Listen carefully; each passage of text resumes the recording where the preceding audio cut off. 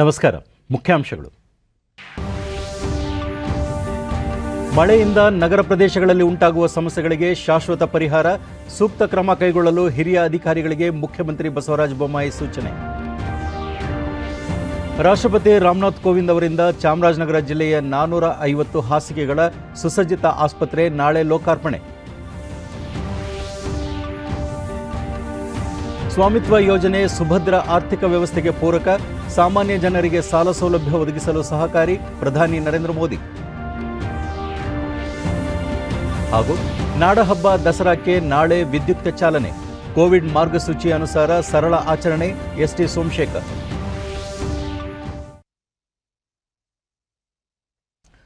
ವಾರ್ತೆಗಳ ವಿವರ. ಭಾರೀ ಮಳೆಯಿಂದ ನಗರ ಪ್ರದೇಶಗಳಲ್ಲಿ ಉಂಟಾಗುವ ಸಮಸ್ಯೆಗಳಿಗೆ ಶಾಶ್ವತ ಪರಿಹಾರ ಕಂಡುಕೊಳ್ಳುವ ನಿಟ್ಟಿನಲ್ಲಿ ಗಂಭೀರ ಪ್ರಯತ್ನ ನಡೆಸಲಾಗಿದೆ ಎಂದು ಮುಖ್ಯಮಂತ್ರಿ ಬಸವರಾಜ ಬೊಮ್ಮಾಯಿ ಹೇಳಿದ್ದಾರೆ. ಮೈಸೂರಿನ ವಿಮಾನ ನಿಲ್ದಾಣದಲ್ಲಿಂದು ಅವರು ಬೆಂಗಳೂರಿನಲ್ಲಿ ಭಾರೀ ಮಳೆಯಾದಾಗ ತಗ್ಗು ಪ್ರದೇಶಗಳು, ಕೆರೆ ಆವರಣ ಹಾಗೂ ರಾಜಕಾಲುವೆಯ ಅಕ್ಕಪಕ್ಕದ ಪ್ರದೇಶಗಳಿಗೆ ನೀರು ನುಗ್ಗುತ್ತಿದೆ. ಈವರೆಗಿನ ಹಲವಾರು ಅನುಭವ ಆಧರಿಸಿ ಸಮಸ್ಯೆಗೆ ಶಾಶ್ವತ ಪರಿಹಾರ ಕಂಡುಕೊಳ್ಳಲು ಮತ್ತೊಮ್ಮೆ ಪುನರ್ವಸತಿ ಯೋಜನೆಯನ್ನು ಜಾರಿಗೆ ತರುವಂತೆ ಬಿಬಿಎಂಪಿ ಆಯುಕ್ತರಿಗೆ ಸೂಚಿಸಲಾಗಿದೆ. ರಾಜಕಾಲುವೆ ಒತ್ತುವರಿಯನ್ನು ಸ್ಥಳಾಂತರಿಸಲು ಕ್ರಮ ಕೈಗೊಳ್ಳಲಾಗಿದೆ.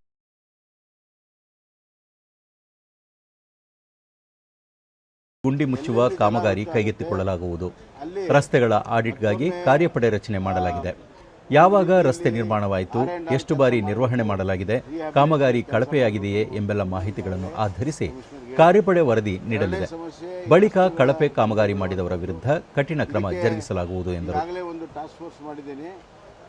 ರಸ್ತೆಗಳನ್ನು ಸಂಪೂರ್ಣವಾಗಿ ಅದರ ಹಿಸ್ಟ್ರಿ ಅಂದರೆ ಯಾವಾಗ ಆಯಿತು, ಎಷ್ಟು ಸತಿ ರಿಪೇರ್ ಆಯಿತು ಮತ್ತು ಎಷ್ಟು ಸತಿ ಅದನ್ನು ಮಾಡಿದ್ದಾರೆ, ಯಾರು ಮಾಡಿದ್ದಾರೆ, ಈ ಕ್ವಾಲಿಟಿ ತೊಂದರೆ ಆಗಿದ್ದರೆ ಅಥವಾ ಕ್ವಾಲಿಟಿ ಕಳಪೆ ಆಗಿದ್ದರೆ ಯಾರ ಕಾರಣ ಅನ್ನೋದನ್ನು ಕೂಡಲೇ ರಿಪೋರ್ಟ್ ಮಾಡಬೇಕು ಅನ್ನೋದು ಟಾಸ್ಕ್ ಫೋರ್ಸ್ ಕೂಡ ಮಾಡಿದ್ದಾರೆ. ಇದು ಒಂದು ಭಾಗ. ಈಗ ಕೂಡಲೇ ರಿಲೀಫ್ ವರ್ಕು ಮಾಡಬೇಕು ಮತ್ತು ಗುಂಡಿ ಮುಚ್ಚುವಂಥದ್ದು ಏನಿದೆ ಅದನ್ನು ವೈಜ್ಞಾನಿಕವಾಗಿ ಮಾಡಬೇಕು. ಮಳೆ ಬಂದಾಗ ಗುಂಡಿ ಮುಚ್ಚಿದ್ರೆ ಮತ್ತೆ ಕಿತ್ಕೊಂಡು ಹೋಗುತ್ತೆ, ಅದನ್ನು ಕೂಡ ಮಾಡೋಕ್ಕೆ ಹೇಳಿದ್ದೀನಿ. ಬಹುತೇಕವಾಗಿ ಈ ಮಳೆ ನಿಂತ ಮೇಲೆ ಕೂಡಲೇ ಎಲ್ಲ ಗುಂಡಿ ಮುಚ್ಚುವಂಥ ಕಾರ್ಯಕ್ರಮವನ್ನು ನಾವು ಪೂರ್ಣ ಮಾಡ್ತೀವಿ. ಎಲ್ಲೆಲ್ಲಿ ರಾಜಕಾಲುವೆ ಒತ್ತುವರಿಯಾಗಿದೆ, ಕೆರೆಗೆ ಒತ್ತುವರಿಯಾಗಿದೆ, ರಿಹ್ಯಾಬಿಲಿಟೇಷನ್ ಮಾಡ್ತೀವಿ. ನೋಡ್ರಿ, ಮುಖ್ಯಮಂತ್ರಿಗೆ ಎಲ್ಲ ಚಾಮರಾಜನಗರ ಜಿಲ್ಲೆಗೆ ಭೇಟಿ ನೀಡುವುದರಿಂದ ಅಧಿಕಾರ ಹೋಗಲಿದೆ ಎಂಬ ನಂಬಿಕೆ ಸರಿಯಲ್ಲ. ಅಧಿಕಾರವು ಶಾಶ್ವತವೂ ಅಲ್ಲ. ಮುಖ್ಯಮಂತ್ರಿಯಾದವರು ಎಲ್ಲಾ ಜಿಲ್ಲೆಗಳನ್ನು ಒಂದೇ ರೀತಿ ನೋಡಬೇಕು. ಆಯಾ ಪ್ರದೇಶಗಳಿಗೆ ಭೇಟಿ ನೀಡಿದಾಗ ನೈಜ ಸಮಸ್ಯೆಗಳು ಅರ್ಥವಾಗಲು ಸಾಧ್ಯ. ಅವುಗಳನ್ನು ಆಧರಿಸಿ ಯೋಜನೆ ಕೈಗೊಳ್ಳಬಹುದು. ಮುಖ್ಯಮಂತ್ರಿಯಾಗಿ ನಾನು ನನ್ನ ಜವಾಬ್ದಾರಿಯನ್ನು ನಿರ್ವಹಣೆ ಮಾಡುತ್ತಿದ್ದೇನೆ. ಚಾಮರಾಜನಗರ ಜಿಲ್ಲೆಯಲ್ಲಿ ಹಲವು ತಾಲೂಕುಗಳು ನಂಜುಂಡಪ್ಪ ವರದಿ ಪ್ರಕಾರ ಹಿಂದುಳಿದಿವೆ. ಹೀಗಾಗಿ ಅಲ್ಲಿಗೆ ಹೋಗಿ ಪರಿಸ್ಥಿತಿ ಅವಲೋಕಿಸುತ್ತೇನೆ ಎಂದರು. ಪ್ರಶ್ನೆ ಇರುವಂಥದ್ದು ನನ್ನ ನಂಬಿಕೆ ಮತ್ತು ನನ್ನ ಕರ್ತವ್ಯ ಅಲ್ಲಿ ಹೋಗುವಂಥದ್ದು. ನಾನು ಕೇವಲ ನಾಳೆ ಮಾತ್ರ ಅಲ್ಲ, ನಾನು ಮತ್ತೆ ಬರ್ತೀನಿ ಚಾಮರಾಜನಗರಕ್ಕೆ. ಕಂಪ್ಲೀಟಾಗಿ ರಿವ್ಯೂ ಮಾಡಿ ಅದರ ಅಭಿವೃದ್ಧಿಗೆ ನಾನು ಬದಲಾಗಿದೆ. ಅಂದರೆ ದಸರಾ ನಾಡ ಹಬ್ಬ, ಇಡೀ ನಾಡಿಗೆ ಒಂದು ಹಬ್ಬದ ರೀತಿಯಲ್ಲಿ, ನಾಡ ಹಬ್ಬದಲ್ಲಿ ಒಬ್ಬ ನಾಗರಿಕನಾಗಿ ಎಷ್ಟು ಸಂತೋಷ ಪಡ್ಬೋದು ಅದನ್ನು ಮುನ್ನಡೆಸೋದಂಥದ್ದು ನನ್ನ ಚಾಮುಂಡೇಶ್ವರಿಯ ಒಂದು ಆಶೀರ್ವಾದ ಇದೆ. ಚಾಮುಂಡೇಶ್ವರಿ ಕೃಪಾದಿಂದ ಆಗಿದೆ.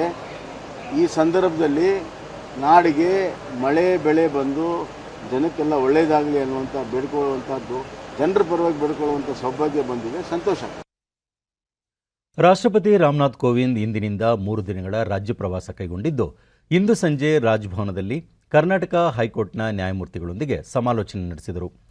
ಈ ಸಂದರ್ಭದಲ್ಲಿ ರಾಜ್ಯಪಾಲ ಥಾವರ್ಚಂದ್ ಗೆಹ್ಲೋಟ್, ಪ್ರಥಮ ಮಹಿಳೆ ಸವಿತಾ ಕೋವಿಂದ್, ಕರ್ನಾಟಕ ಹೈಕೋರ್ಟ್ನ ಮುಖ್ಯ ನ್ಯಾಯಮೂರ್ತಿ ಸತೀಶ್ ಚಂದ್ರ ಶರ್ಮಾ ಸೇರಿದಂತೆ ಮತ್ತಿತರರು ಉಪಸ್ಥಿತರಿದ್ದರು.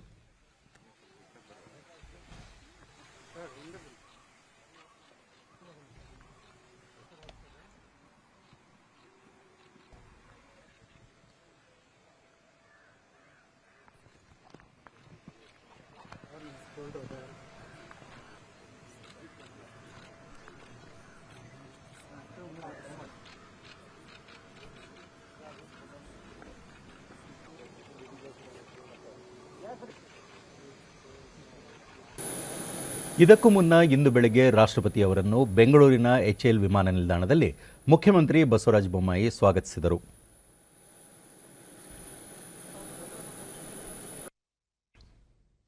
ರಾಷ್ಟ್ರಪತಿ ರಾಮನಾಥ್ ಕೋವಿಂದ್ ಅವರು ನಾಳೆ ಚಾಮರಾಜನಗರ ಜಿಲ್ಲೆಯಲ್ಲಿ ನಿರ್ಮಿಸಲಾಗಿರುವ 450 ಹಾಸಿಗೆಗಳ ನೂತನ ಸುಸಜ್ಜಿತ ಆಸ್ಪತ್ರೆಯನ್ನು ಉದ್ಘಾಟಿಸಲಿದ್ದಾರೆ.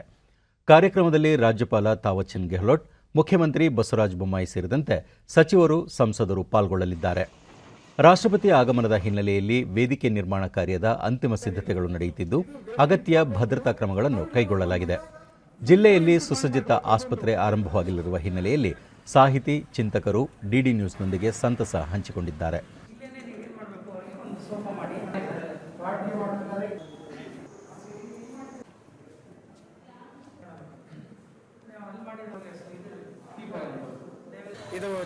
ಚಿಂತಕ ಸುರೇಶ್ ಎನ್ ಋಗ್ವೇದಿ, ಹಿಂದುಳಿದ ಗಡಿ ಜಿಲ್ಲೆಯ ಆರ್ಥಿಕ ಅಭಿವೃದ್ಧಿಗೆ ಇದು ಮುನ್ನುಡಿ ಬರೆಯಲಿದೆ ಎಂದರು.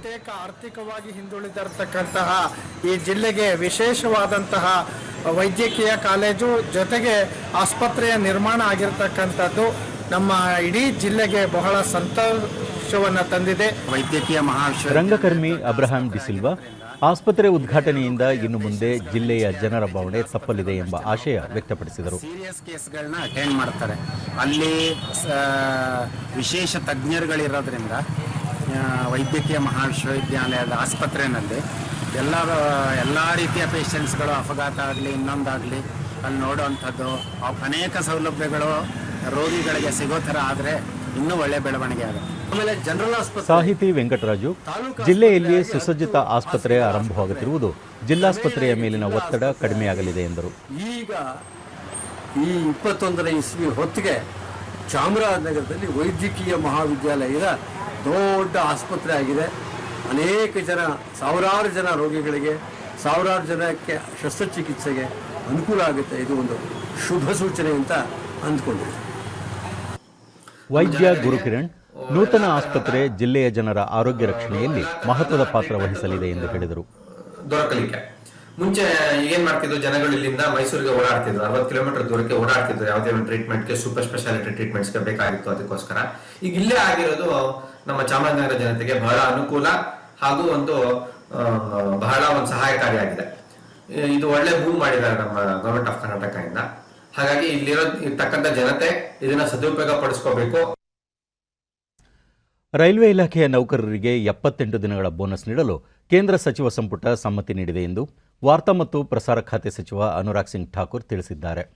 ಸಚಿವ ಸಂಪುಟ ಸಭೆಯ ಬಳಿಕ ವಿವರ ನೀಡಿದ ಅವರು, ರೈಲ್ವೆ ಇಲಾಖೆಯ 11,56,000 ನೌಕರರಿಗೆ ಬೋನಸ್ ಸೌಲಭ್ಯ ದೊರೆಯಲಿದೆ ಎಂದು ಮಾಹಿತಿ ನೀಡಿದರು. मोदी जी की नेतृत्व वाली कैबिनेट मीटिंग में ये निर्णय किया गया है कि इस साल भी 78 दिन की बोनस दिया जाएगा रेलवे के कर्मचारियों को, और ये नॉन गैजेटेड एम्प्लॉयज़ के लिए होता है.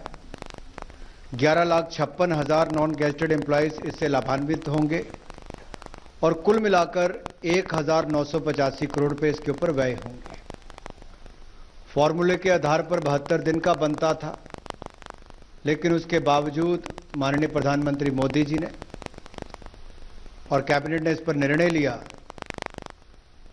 इससे रेलवे के कर्मचारियों का मनोबल भी बढ़ेगा और आने वाले समय में रेलवे में और मुनाफा हो और अच्छी उसकी परफॉर्मेंस हो, उस दिशा में भी इसका लाभ मिलने वाला है. ಕೇಂದ್ರ ಜವಳಿ ಸಚಿವ ಪಿಯೂಷ್ ಗೋಯಲ್, ಪಿಎಂ ಮಿತ್ರ ಯೋಜನೆಯಡಿ ದೇಶಾದ್ಯಂತ 7 ಸಮಗ್ರ ಜವಳಿ ಪಾರ್ಕ್ಗಳನ್ನು ನಿರ್ಮಾಣ ಮಾಡಲು ಸಂಪುಟ ಸಭೆಯಲ್ಲಿ ಮಹತ್ವದ ನಿರ್ಧಾರ ಕೈಗೊಳ್ಳಲಾಗಿದೆ. ಈ ಯೋಜನೆಯನ್ನು ಮುಂದಿನ 5 ವರ್ಷಗಳಲ್ಲಿ ಪೂರ್ಣಗೊಳಿಸುವ ಗುರಿ ಹೊಂದಲಾಗಿದೆ. ಒಟ್ಟು 4,445 ಕೋಟಿ ರೂಪಾಯಿ ಈ ಯೋಜನೆಗಾಗಿ ವೆಚ್ಚ ಮಾಡಲಾಗುತ್ತದೆ. ಹೊಸ ಜವಳಿ ಪಾರ್ಕ್ಗಳ ನಿರ್ಮಾಣದಿಂದ ಸುಮಾರು 21 ಲಕ್ಷ ಉದ್ಯೋಗ ಸೃಷ್ಟಿಯಾಗಲಿದೆ ಎಂದು ವಿವರಿಸಿದರು. ಖಾಸಗಿ ಸಹಭಾಗಿತ್ವದಲ್ಲಿ ಯೋಜನೆ ಅನುಷ್ಠಾನಗೊಳಿಸಲಾಗುತ್ತಿದೆ. ವಿಶ್ವ ದರ್ಜೆಯ ಮೂಲಸೌಕರ್ಯ, ಉತ್ಪಾದನೆ ಹೆಚ್ಚಳಕ್ಕೆ ಉತ್ತೇಜನ, ರಫ್ತು ಪೂರಕ ಉತ್ಪನ್ನಗಳ ಉತ್ಪಾದನೆ, ನೂತನ ಆವಿಷ್ಕಾರ, ವಿನ್ಯಾಸಗಳ ಕೇಂದ್ರಗಳು, ಸಂಶೋಧನೆ ಮತ್ತು ಅಭಿವೃದ್ಧಿ ಕೇಂದ್ರಗಳು ಸೇರಿದಂತೆ ಅತ್ಯಾಧುನಿಕ ವ್ಯವಸ್ಥೆಯನ್ನು ರೂಪಿಸಲು ಕಾರ್ಯಯೋಜನೆ ಕೈಗೊಳ್ಳಲಾಗಿದೆ ಎಂದು ತಿಳಿಸಿದರು. 4,445 करोड़ रुपए अनुमानित व्यय है इसमें अगले 5 वर्षों में, और 7 नए टेक्सटाइल पार्क्स पीएम मित्र के तहत देश में अलग अलग इलाकों पे प्रमोट किए जाएंगे, जिससे लगभग 7 लाख लोगों को तो डायरेक्ट और 14 लाख लोगों को इनडायरेक्ट एम्प्लॉयमेंट का साधन बने, ये हमारी कल्पना है. इसको इसके बारे में राज्यों से बात हुई है। अभी तक 10 राज्यों ने तो ऑलरेडी इंटरेस्ट भी दिखाया है। ಕೇಂದ್ರ ಸಚಿವ ಸಂಪುಟ ಇಂದು ರೈಲ್ವೆ ಉದ್ಯೋಗಿಗಳಿಗೆ 2020-21ನೇ ಸಾಲಿನ ಉತ್ಪಾದಕತೆ ಆಧಾರಿತ ಬೋನಸ್ ನೀಡುವ ತೀರ್ಮಾನ ಪ್ರಕಟಿಸಿದ ಹಿನ್ನೆಲೆಯಲ್ಲಿ ಹಲವು ನೌಕರರು ಸಂತಸ ವ್ಯಕ್ತಪಡಿಸಿದ್ದಾರೆ. ರೈಲ್ವೆ ಮಂಡಳಿ ಅಧ್ಯಕ್ಷ ಸುನೀತ್ ಶರ್ಮಾ ವಿಡಿಯೋ ಕಾನ್ಫರೆನ್ಸ್ ಮೂಲಕ ಅಧಿಕಾರಿಗಳು ಮತ್ತು ಮಾಧ್ಯಮ ಪ್ರತಿನಿಧಿಗಳೊಂದಿಗೆ ಸಂವಾದ ನಡೆಸಿ ಕೇಂದ್ರ ಸರ್ಕಾರದ ಕ್ರಮಕ್ಕೆ ಮೆಚ್ಚುಗೆ ವ್ಯಕ್ತಪಡಿಸಿದರು.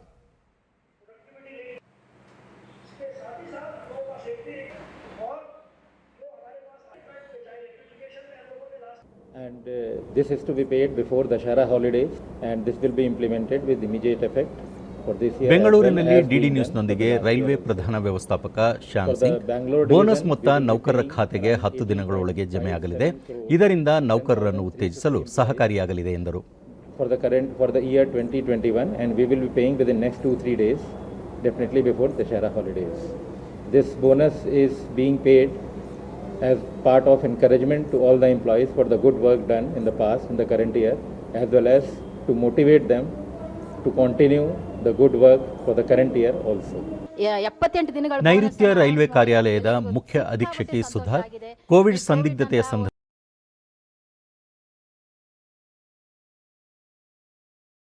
ಅಂತ ಒಂದು ಸಂದರ್ಭದಲ್ಲಿ ನಮಗೆ ಇವತ್ತು 78 ದಿನದ ಬೋನಸ್ ಸಿಕ್ಕಿದ್ದು ನಮಗೆ ತುಂಬಾ ಖುಷಿಯಾಗೋಗಿದೆ. V ಹಾರ್ಟಿಲಿ thank. ಮತ್ತೋರ್ವ ಅಧೀಕ್ಷಕ ಉಮೇಶ್ ಜೋಯಿಸ್ ಕೋವಿಡ್ ಅವಧಿಯಲ್ಲೂ ರೈಲ್ವೆ ಕಾರ್ಯ ಸ್ಥಗಿತಗೊಂಡಿರಲಿಲ್ಲ, ಸಿಬ್ಬಂದಿಯ ಕೆಲಸಕ್ಕೆ ದೊರೆತಿರುವ ಗೌರವ ಎಂದರು. ಕೋವಿಡ್ಗೆ ಅಗತ್ಯವಾದ ವಸ್ತುಗಳು ಓಡಾಡ್ತಲೇ ಇದ್ವು, ಹಾಗಾಗಿ ಪ್ರೊಡಕ್ಟಿವಿಟಿ ಅನ್ನೋದು ನಿರಂತರವಾಗಿ ನಡೀತಲೇ ಇತ್ತು. ಇವತ್ತು ಅದನ್ನೆಲ್ಲ ನೋಡಿ ಅದನ್ನು ಗುರುತಿಸಿ ನಮಗೆಲ್ಲ ಬೋನಸ್ ಅನ್ನೋದು ಕೊಟ್ಟಿರೋದ್ರಿಂದ ನಮಗೆ ಎಲ್ಲರಿಗೂ ತುಂಬಾ ಸಂತೋಷ ಆಗ್ತಿದೆ. Productivity link bonus. ಹುಬ್ಬಳ್ಳಿ ನೈಋತ್ಯ ವಲಯ ಕಚೇರಿಯ ಪ್ರಧಾನ ವ್ಯವಸ್ಥಾಪಕ ಸಂಜೀವ್ ಕಿಶೋರ್ ರೈಲ್ವೆ ಇಲಾಖೆಯ ನೌಕರರನ್ನು ಪ್ರೋತ್ಸಾಹಿಸಲು ಬೋನಸ್ ನೀಡುವ ಉಪಕ್ರಮ ಶ್ಲಾಘನೀಯ ಎಂದರು. This will be dispersed, paid to the employees directly to their bank accounts. All over the country, our goods originating loading is showing an all-time high. Southwestern Railway as well as Indian Railways have loaded more than 27% of originating traffic as far as goods traffic is concerned.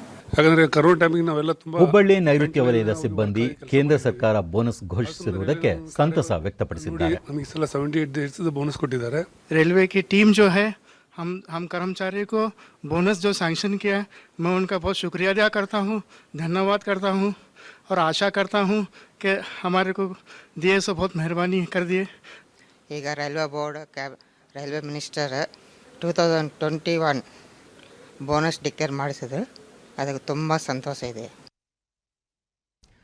ಕೇಂದ್ರ ಸರ್ಕಾರದ ಮಹತ್ವಾಕಾಂಕ್ಷೆಯ ಸ್ವಾಮಿತ್ವ ಯೋಜನೆಯ ಫಲಾನುಭವಿಗಳಿಗೆ ಪ್ರಧಾನಿ ನರೇಂದ್ರ ಮೋದಿ ಅವರಿಂದು virtual ವೇದಿಕೆಯಲ್ಲಿ ಭೂಮಿ ಹಕ್ಕುಗಳ ದಾಖಲೆಗಳ ಪತ್ರಗಳನ್ನು ವಿತರಿಸಿದರು.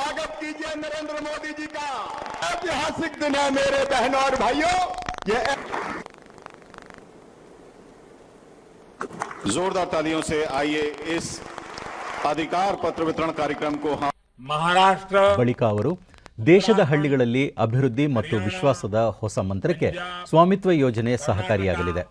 ಆಸ್ತಿ ದಾಖಲೆಗಳು ಲಭ್ಯವಿಲ್ಲದ ಕಾರಣದಿಂದ ಹಳ್ಳಿಗಳ ಜನರು ತಮ್ಮ ಜಮೀನನ್ನು ಪೂರ್ಣ ಪ್ರಮಾಣದಲ್ಲಿ ಅಭಿವೃದ್ಧಿಪಡಿಸಲು ಸಾಧ್ಯವಾಗುತ್ತಿರಲಿಲ್ಲ. ಆದರೆ ಹಳ್ಳಿಗಳಲ್ಲಿ ಭೂಮಿ ಮತ್ತು ಮನೆಗಳ ವಿವಾದಗಳಿಂದ ವರ್ಷಗಟ್ಟಲೆ ಜನರ ಸಮಯ ಮತ್ತು ಹಣ ವ್ಯಯವಾಗುತ್ತಿತ್ತು. ಆದರೆ ಸ್ವಾಮಿತ್ವ ಯೋಜನೆಯಡಿ ಸೂಕ್ತ ಮತ್ತು ನಿಖರವಾದ ದಾಖಲೆಗಳು ಒದಗಿಸುವುದರಿಂದ ಜನರಿಗೆ ಹೆಚ್ಚಿನ ಪ್ರಯೋಜನವಾಗಲಿದೆ ಎಂದರು. ಯೋಜನೆ ಜಾರಿಯಿಂದಾಗಿ ದೇಶದ ಗ್ರಾಮೀಣ ಪ್ರದೇಶದ ಆರ್ಥಿಕ ವ್ಯವಸ್ಥೆಯಲ್ಲಿ ಹೊಸ ಅಧ್ಯಾಯ ಆರಂಭವಾಗಿದೆ. ಹಳ್ಳಿಗಳ ವಿಕಾಸಕ್ಕೆ ಸ್ವಾಮಿತ್ವ ಯೋಜನೆ ಸಹಕಾರಿಯಾಗಲಿದ್ದು ಜನಸಾಮಾನ್ಯರಿಗೆ ಸುಲಭವಾಗಿ ಸಾಲ ಸೌಲಭ್ಯ ದೊರೆಯಲಿದೆ ಎಂದರು. जो घर है उसका उपयोग गांव के लोग अपने विकास के लिए पूरी तरह कर ही नहीं पाते थे. गांधी जी ने भी अपने समय में इसे लेकर चिंता जाहिर की थी. इस स्थिति को बदलना हम सबकी जिम्मेदारी होनी चाहिए. मैं इस दिशा में तब से काम कर रहा हूं जब मैं गुजरात का मुख्यमंत्री था. हमने इस समस्या से निपटने के लिए गुजरात में समरस ग्राम पंचायत अभियान चलाया था।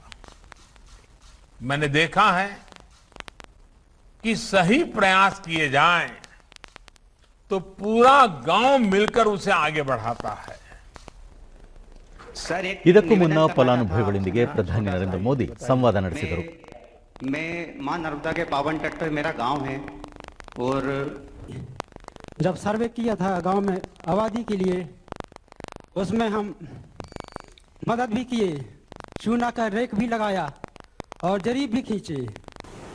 घर में कौन कौन है? 6 लोग हैं सर, 2 बहू हैं, 2 लड़के। आप स्वयं क्या करती हैं विनीता जी? मजदूरी करते हैं सर। मजदूरी करते हैं। हाँ। ರೈತರ ಮನೆ ಬಾಗಿಲಿಗೆ ತೆರಳಿ ಪಶುಗಳಿಗೆ ಚಿಕಿತ್ಸೆ ನೀಡುವ ಪಶು ಸಂಜೀವಿನಿ ಯೋಜನೆಗೆ ಕೇಂದ್ರ ಸರ್ಕಾರದಿಂದ ಉತ್ತಮ ಸ್ಪಂದನೆ ಸಿಕ್ಕಿದ್ದು ರಾಜ್ಯಕ್ಕೆ 275 ಸಂಚಾರಿ ಚಿಕಿತ್ಸಾ ವಾಹನಗಳನ್ನು ಮಂಜೂರು ಮಾಡಲಾಗಿದೆ ಎಂದು ಪಶು ಸಂಗೋಪನಾ ಸಚಿವ ಪ್ರಭು ಚೌಹಾಣ್ ಬೆಂಗಳೂರಿನಲ್ಲಿಂದು ಹೇಳಿದ್ದಾರೆ.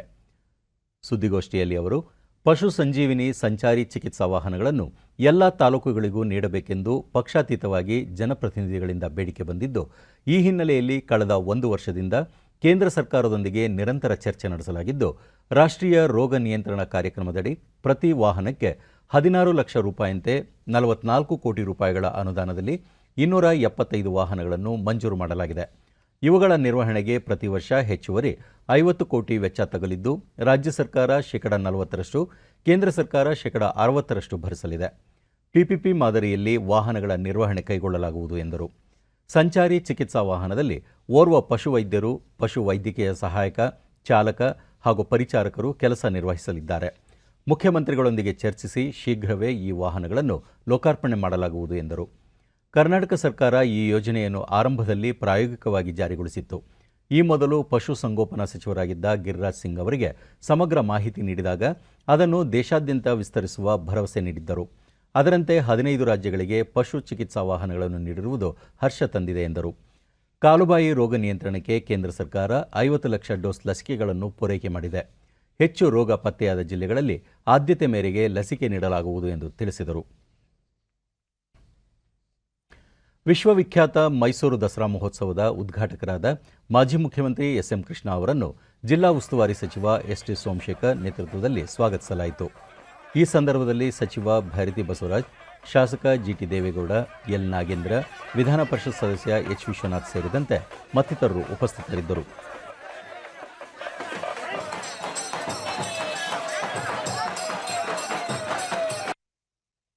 ಬಳಿಕ ಸುದ್ದಿಗಾರರೊಂದಿಗೆ ಎಸ್.ಟಿ. ಸೋಮಶೇಖರ್, ಕೋವಿಡ್ ಹಿನ್ನೆಲೆಯಲ್ಲಿ ಈ ವರ್ಷವೂ ಸರಳ ಸಾಂಪ್ರದಾಯಿಕ ಉತ್ಸವ ಹಮ್ಮಿಕೊಳ್ಳಲಾಗಿದೆ. ಉದ್ಘಾಟನಾ ಕಾರ್ಯಕ್ರಮಕ್ಕೆ 400 ಜನರಿಗೆ ಹಾಗೂ ಜಂಬೂ ಸವಾರಿ ಮತ್ತು ಸಾಂಸ್ಕೃತಿಕ ಕಾರ್ಯಕ್ರಮಗಳಿಗೆ 500 ಮಂದಿಗೆ ಅವಕಾಶವಿದೆ ಎಂದರು. ಸಾರ್ವಜನಿಕರಿಗೆ ವರ್ಚುವಲ್, ಫೇಸ್ಬುಕ್, ಆಮೇಲೆ ಯೂಟ್ಯೂಬ್ 3 ಜನ ಇದ್ದದ್ದರಿಂದ 400 ಅಂತ ಮಾಡಿದ್ದಾರೆ. ಆರ್ಡರ್ ಶೋ ಆಗಿದೆ. ನಿಮಗೊಂದು ಕಾಪಿ ಕಳಿಸ್ತೀನಿ, ನನ್ನ ಹತ್ರ ಮೊಬೈಲಲ್ಲಿ ಇದೆ. ಮೇಲ್ಗಡೆ ಕಾಲಮಲ್ಲಿ 100 ಅಂತಿದೆ, ಆಮೇಲೆ ಕೆಳಗಡೆ ಅದನ್ನು 400 ಮಾಡಿದ್ದಾರೆ ವಿತ್ ಕೋವಿಡ್ ನಾರ್ಮ್ಸ್ ಅಂತ ಮಾಡಿ. ಜಂಬೂ ಸವಾರಿಗೆ 500, ಸಾಂಸ್ಕೃತಿಕ ಕಾರ್ಯಕ್ರಮಕ್ಕೆ 500. ರಾಜ್ಯದಲ್ಲಿ ಇಂದು ಹೊಸದಾಗಿ 523 ಕೋವಿಡ್ ಪ್ರಕರಣಗಳು ದೃಢಪಟ್ಟಿದ್ದು, ಇದರೊಂದಿಗೆ ಒಟ್ಟು ಸೋಂಕು ಪ್ರಕರಣಗಳ ಸಂಖ್ಯೆ 29,79,331ಕ್ಕೆ ಏರಿಕೆಯಾಗಿದೆ. ಇಂದು 621 ಮಂದಿ ಆಸ್ಪತ್ರೆಯಿಂದ ಬಿಡುಗಡೆಯಾಗಿದ್ದು, ಇದುವರೆಗೂ ಗುಣಮುಖರಾದವರ ಒಟ್ಟು ಸಂಖ್ಯೆ 29,29,629ಕ್ಕೆ ತಲುಪಿದೆ. ಇಂದು 9 ಮಂದಿ ಸಾವನ್ನಪ್ಪಿದ್ದು, ಮೃತಪಟ್ಟವರ ಸಂಖ್ಯೆ 37,854ಕ್ಕೆ ಏರಿಕೆಯಾಗಿದೆ. ಸದ್ಯ ರಾಜ್ಯದಲ್ಲಿ 11,819 ಸಕ್ರಿಯ ಪ್ರಕರಣಗಳಿವೆ ಎಂದು ಆರೋಗ್ಯ ಮತ್ತು ಕುಟುಂಬ ಕಲ್ಯಾಣ ಇಲಾಖೆ ತಿಳಿಸಿದೆ. ಬೆಂಗಳೂರಿನಲ್ಲಿ 205 ಮಂದಿಗೆ ಸೋಂಕು ತಗುಲಿದ್ದು, ಒಟ್ಟು ಸೋಂಕು ಪ್ರಕರಣಗಳ ಸಂಖ್ಯೆ 12,47,664ಕ್ಕೆ ಏರಿಕೆಯಾಗಿದೆ. ಇಂದು 230 ಮಂದಿ ಆಸ್ಪತ್ರೆಯಿಂದ ಬಿಡುಗಡೆಯಾಗಿದ್ದು, ಇದುವರೆಗೂ ಒಟ್ಟು 12,23,916 ಮಂದಿ ಗುಣಮುಖರಾಗಿದ್ದಾರೆ. ಸದ್ಯ 7,572 ಸಕ್ರಿಯ ಪ್ರಕರಣಗಳಿವೆ. ಬೆಂಗಳೂರಿನಲ್ಲಿ 2 ಮಂದಿ ಸಾವನ್ನಪ್ಪಿದ್ದು, ಇದುವರೆಗೂ ಒಟ್ಟು 16,175 ಮಂದಿ ಸಾವನ್ನಪ್ಪಿದ್ದಾರೆ. ಚಿಕ್ಕಬಳ್ಳಾಪುರ, ಹಾವೇರಿ, ಕಲಬುರಗಿ, ವಿಜಯಪುರ, ಯಾದಗಿರಿ ಜಿಲ್ಲೆಯಲ್ಲಿ ಯಾವುದೇ ಸೋಂಕು ಪ್ರಕರಣ ವರದಿಯಾಗಿಲ್ಲ. ಉಳಿದಂತೆ ರಾಜ್ಯದ ವಿವಿಧ ಜಿಲ್ಲೆಗಳಲ್ಲಿ ದಾಖಲಾಗಿರುವ ಸೋಂಕು ಪ್ರಕರಣಗಳ ಸಂಖ್ಯೆ ಈ ರೀತಿ ಇದೆ.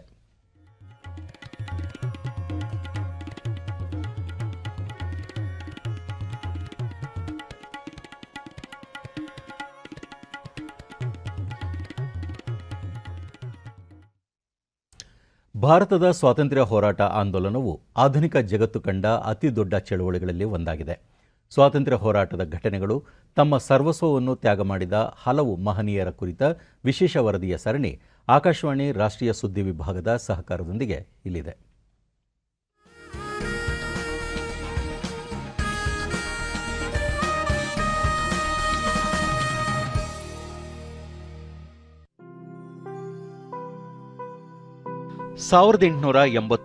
ಸೆಪ್ಟೆಂಬರ್ 11 ಜನಿಸಿದ ಸ್ವಾತಂತ್ರ್ಯ ಹೋರಾಟಗಾರ ಪರಮಸಿವನ್ ಸುಬ್ಬರಾಯನ್ ಲಂಡನ್ ವಿಶ್ವವಿದ್ಯಾಲಯದಿಂದ LLB ಮತ್ತು ಡಬ್ಲಿನ್ ಕಾಲೇಜಿನಿಂದ LLD ಪದವಿ ಪಡೆದರು. ಮದ್ರಾಸ್ ಉಚ್ಚ ನ್ಯಾಯಾಲಯದಲ್ಲಿ ವಕಾಲತ್ತು ನಡೆಸುತ್ತಿದ್ದ ಸುಬ್ಬರಾಯನ್ ಜಸ್ಟಿಸ್ ಪಕ್ಷದ ಸದಸ್ಯರಾಗಿ ರಾಜಕೀಯ ಜೀವನ ಪ್ರಾರಂಭಿಸಿದರು. ನಂತರ ಸ್ವರಾಜ್ಯ ಪಕ್ಷದ ಬೆಂಬಲದಿಂದ ಪಕ್ಷೇತರ ಅಭ್ಯರ್ಥಿಯಾಗಿ ಜಯಗಳಿಸಿದರು. 1926ರಿಂದ 1930ರವರೆಗೆ ಮದ್ರಾಸ್ ಪ್ರೆಸಿಡೆನ್ಸಿಯ ಮುಖ್ಯಮಂತ್ರಿಯಾಗಿದ್ದ ಅವರು 1933ರಲ್ಲಿ ಇಂಡಿಯನ್ ನ್ಯಾಷನಲ್ ಕಾಂಗ್ರೆಸ್ಗೆ ಸೇರಿದರು. 1937ರಲ್ಲಿ ಕಾಂಗ್ರೆಸ್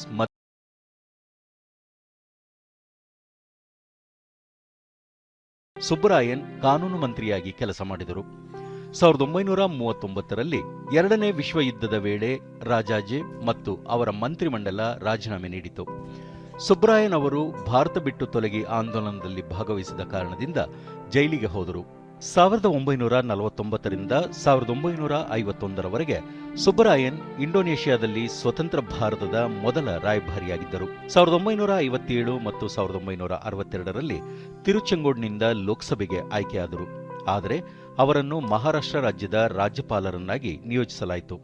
1962ರ ಅಕ್ಟೋಬರ್ 6ರಂದು ಸುಬ್ಬರಾಯನ್ ನಿಧನರಾದರು. 1989ರಲ್ಲಿ ಅವರ ಜನ್ಮ ಶತಾಬ್ದಿಯ ಅಂಗವಾಗಿ ಭಾರತೀಯ ಅಂಚೆ ಇಲಾಖೆಯು ಅಂಚೆ ಚೀಟಿ ಬಿಡುಗಡೆ ಮಾಡಿತು. ವಿದ್ಯಾರ್ಥಿ ದೆಸೆಯಿಂದ ಸತ್ಯಾಗ್ರಹ ಚಳವಳಿಯಲ್ಲಿ ಭಾಗವಹಿಸಿದ್ದ ಬಾಬಾ ಸಾಹೇಬ್ ಭೋಸ್ಲೆ 1941ರಿಂದ 1942ರವರೆಗೆ ಸುಮಾರು 1.5 ವರ್ಷ ಕಾರಾಗೃಹವಾಸ ಅನುಭವಿಸಿದರು. ಕಾನೂನು ಪದವೀಧರರಾಗಿದ್ದ ಅವರು 1980ರಲ್ಲಿ ಮಹಾರಾಷ್ಟ್ರ ವಿಧಾನಸಭೆಗೆ ಆಯ್ಕೆಯಾಗಿ ಬಳಿಕ 1982ರಿಂದ 1983ರವರೆಗೆ ಮಹಾರಾಷ್ಟ್ರದ ಮುಖ್ಯಮಂತ್ರಿಯಾಗಿದ್ದರು. ಅವರ ಮಂತ್ರಿಮಂಡಲದಲ್ಲಿ ಮಾಜಿ ರಾಷ್ಟ್ರಪತಿ ಪ್ರತಿಭಾ ಪಾಟೀಲ್ ಕೂಡ ಇದ್ದರು. 377 ದಿನಗಳ ಅಧಿಕಾರಾವಧಿಯಲ್ಲಿ ಅವರು ಹೆಣ್ಣು ಮಕ್ಕಳಿಗಾಗಿ 10ನೇ ತರಗತಿಯವರೆಗೆ ಉಚಿತ ಶಿಕ್ಷಣ, ಸ್ವಾತಂತ್ರ್ಯ ಹೋರಾಟಗಾರರಿಗೆ ಪಿಂಚಣಿ ಯೋಜನೆ ಸೇರಿ ಹಲವಾರು ಜನೋಪಯೋಗಿ ನಿರ್ಧಾರಗಳನ್ನು ತೆಗೆದುಕೊಂಡರು. ಭಾರತ ಬಿಟ್ಟು ತೊಲಗಿ ಚಳವಳಿಯಲ್ಲಿ ಸಕ್ರಿಯವಾಗಿ ಭಾಗವಹಿಸಿದ್ದ ಸ್ವಾತಂತ್ರ್ಯ ಹೋರಾಟಗಾರ ಭೋಜರಾಮ್ ಕಲಿತಾ 1942 ಅಕ್ಟೋಬರ್ 6ರಂದು ಹುತಾತ್ಮರಾದರು. ಢೇಕಿಯಾಜುಲಿಯಲ್ಲಿ ನಡೆದ ಗೋಲಿಬಾರ್ನಲ್ಲಿ ಹುತಾತ್ಮರಾದ ಜನರ ನೆನಪಿನಲ್ಲಿ 1942ರ ಸೆಪ್ಟೆಂಬರ್ 21ರಂದು ತೇಜ್ಪುರದಲ್ಲಿ ಆಯೋಜಿಸಿದ್ದ ಮೆರವಣಿಗೆಯ ವೇಳೆ ಜನರ ಮೇಲೆ ಲಾಠಿ ಪ್ರಹಾರ ಮಾಡಿದ ಪೊಲೀಸರ ದೌರ್ಜನ್ಯದಲ್ಲಿ ಗಾಯಗೊಂಡ 65 ವರ್ಷದ ಭೋಜರಾಮ್ ಕಲಿತಾ 15 ದಿನಗಳ ನಂತರ ನಿಧನರಾದರು.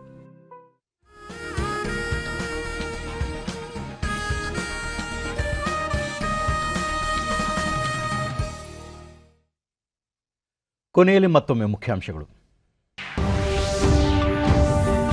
ಮಳೆಯಿಂದ ನಗರ ಪ್ರದೇಶಗಳಲ್ಲಿ ಉಂಟಾಗುವ ಸಮಸ್ಯೆಗಳಿಗೆ ಶಾಶ್ವತ ಪರಿಹಾರ, ಸೂಕ್ತ ಕ್ರಮ ಕೈಗೊಳ್ಳಲು ಹಿರಿಯ ಅಧಿಕಾರಿಗಳಿಗೆ ಮುಖ್ಯಮಂತ್ರಿ ಬಸವರಾಜ ಬೊಮ್ಮಾಯಿ ಸೂಚನೆ. ರಾಷ್ಟ್ರಪತಿ ರಾಮನಾಥ್ ಕೋವಿಂದ್ ಅವರಿಂದ ಚಾಮರಾಜನಗರ ಜಿಲ್ಲೆಯ 450 ಹಾಸಿಗೆಗಳ ಸುಸಜ್ಜಿತ ಆಸ್ಪತ್ರೆ ನಾಳೆ ಲೋಕಾರ್ಪಣೆ. ಸ್ವಾಮಿತ್ವ ಯೋಜನೆ ಸುಭದ್ರ ಆರ್ಥಿಕ ವ್ಯವಸ್ಥೆಗೆ ಪೂರಕ, ಸಾಮಾನ್ಯ ಜನರಿಗೆ ಸಾಲ ಸೌಲಭ್ಯ ಒದಗಿಸಲು ಸಹಕಾರಿ, ಪ್ರಧಾನಿ ನರೇಂದ್ರ ಮೋದಿ. ಹಾಗೂ ನಾಡಹಬ್ಬ ದಸರಾಕ್ಕೆ ನಾಳೆ ವಿದ್ಯುಕ್ತ ಚಾಲನೆ, ಕೋವಿಡ್ ಮಾರ್ಗಸೂಚಿ ಅನುಸಾರ ಸರಳ ಆಚರಣೆ, ST ಸೋಮಶೇಖರ್. ನಮ್ಮ ವಾರ್ತಾ ಪ್ರಸಾರವನ್ನು ನೀವು DD ಚಂದನ ನ್ಯೂಸ್ ಯೂಟ್ಯೂಬ್ ಚಾನೆಲ್ನಲ್ಲೂ ವೀಕ್ಷಿಸಬಹುದು. ವ್ಯಕ್ತಿಗತ ಅಂತರ ಕಾಪಾಡಿಕೊಳ್ಳುವುದರೊಂದಿಗೆ ನೀವು ಸುರಕ್ಷಿತವಾಗಿರಿ, ನಿಮ್ಮವರನ್ನು ಸುರಕ್ಷಿತವಾಗಿರಿಸಿ. ನೈರ್ಮಲ್ಯಕ್ಕೆ ಆದ್ಯತೆ ನೀಡುವುದರ ಜೊತೆಗೆ ಕೋವಿಡ್-19 ಮಾರ್ಗಸೂಚಿಗಳನ್ನು ತಪ್ಪದೆ ಪಾಲಿಸಿ. ಇಲ್ಲಿಗೆ ಇಂದಿನ ವಾರ್ತಾ ಪ್ರಸಾರ ಮುಕ್ತಾಯವಾಯಿತು. ಸತ್ಯ, ಸಮರ್ಥ, ಸಂಪೂರ್ಣ ಸುದ್ದಿಗಾಗಿ ವೀಕ್ಷಿಸಿ ಚಂದನ ವಾರ್ತೆ. ನಮ್ಮ ಮುಂದಿನ ವಾರ್ತಾ ಪ್ರಸಾರ ನಾಳೆ ಬೆಳಗ್ಗೆ 7:30 ನಮಸ್ಕಾರ.